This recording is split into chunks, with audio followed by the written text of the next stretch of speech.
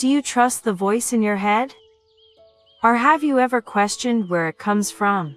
Almost everyone, at some point in life, has said something like this: I didn't think, I just felt it was right. I don't know why I chose that. Something inside told me to. I couldn't explain it, but my gut said yes. And we accept these explanations so easily. We treat that voice in our head as if it is something natural, reliable, and even wise.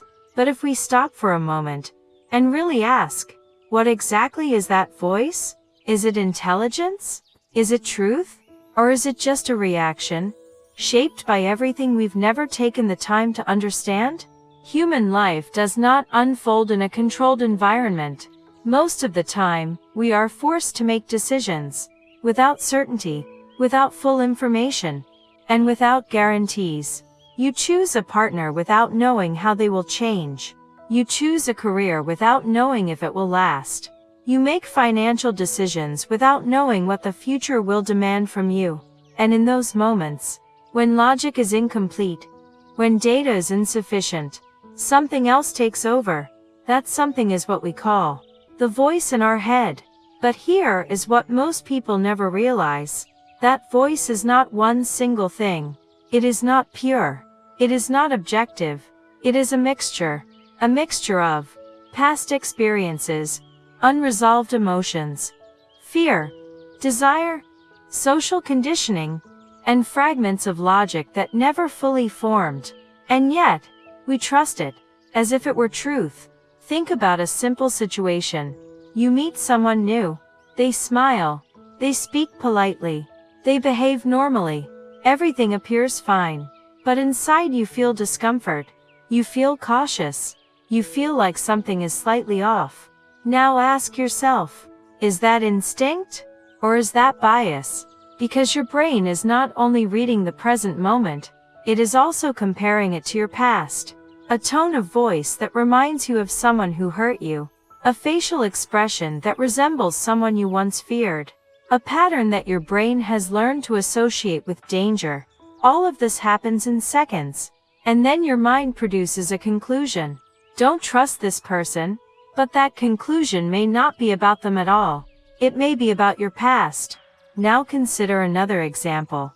Someone receives an opportunity, a new job, a business idea, a chance to change their life. On paper, it makes sense. The timing is right. The potential is real. But then the voice appears. Don't do it. It's risky. You're not ready. And they step back. They walk away. Not because the opportunity was wrong, but because their internal voice was shaped by fear. Fear from past failures. Fear from being judged. Fear from not feeling good enough. And just like that, a life-changing decision is made. Not by logic. Not by reality. But by a voice that was never questioned.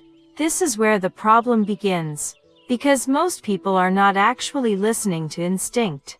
They are listening to unprocessed emotion disguised as instinct.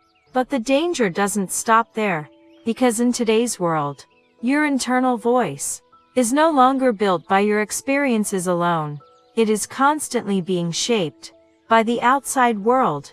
Every day, you are exposed to thousands of signals.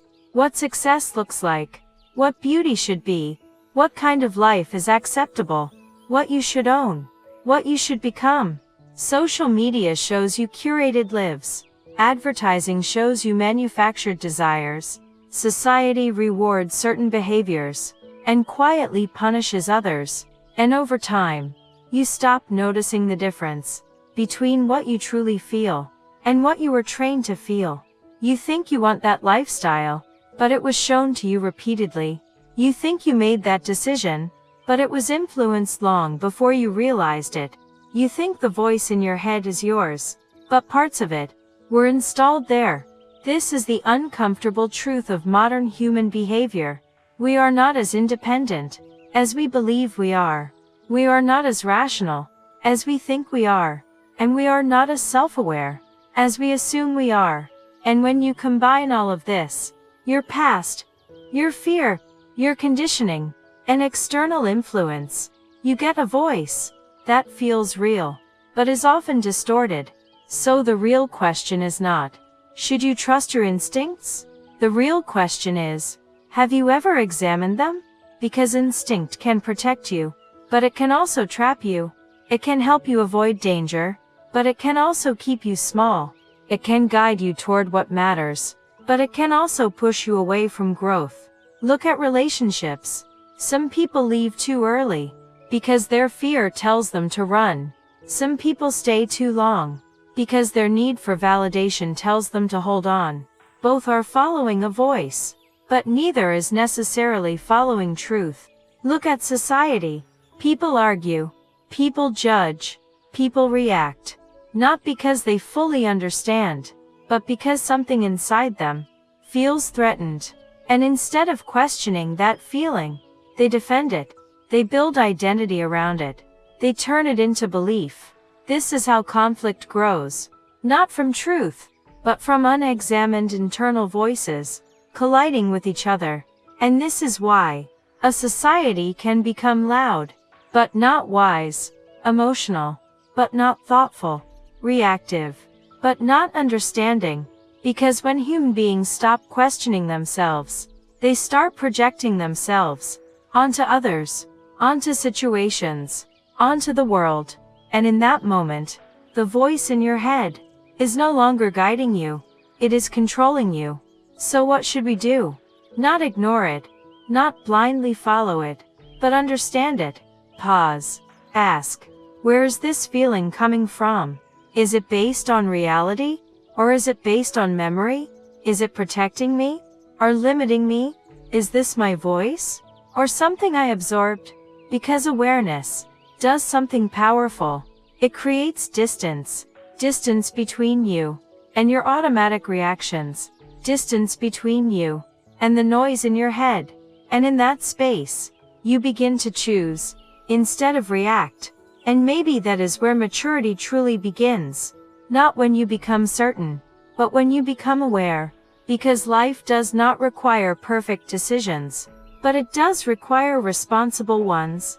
Decisions that do not destroy you. Decisions that do not harm others. Decisions that are not driven blindly by fear, ego, or imitation. And in a world full of noise, the most important skill may not be thinking faster, but thinking deeper. Listening, not just to the voice in your head, but to the truth behind it. Because in the end, the question is not whether the voice is right or wrong. The question is, are you conscious enough to know the difference? You are listening to สถานีหยุดพักคลายเหนื่อย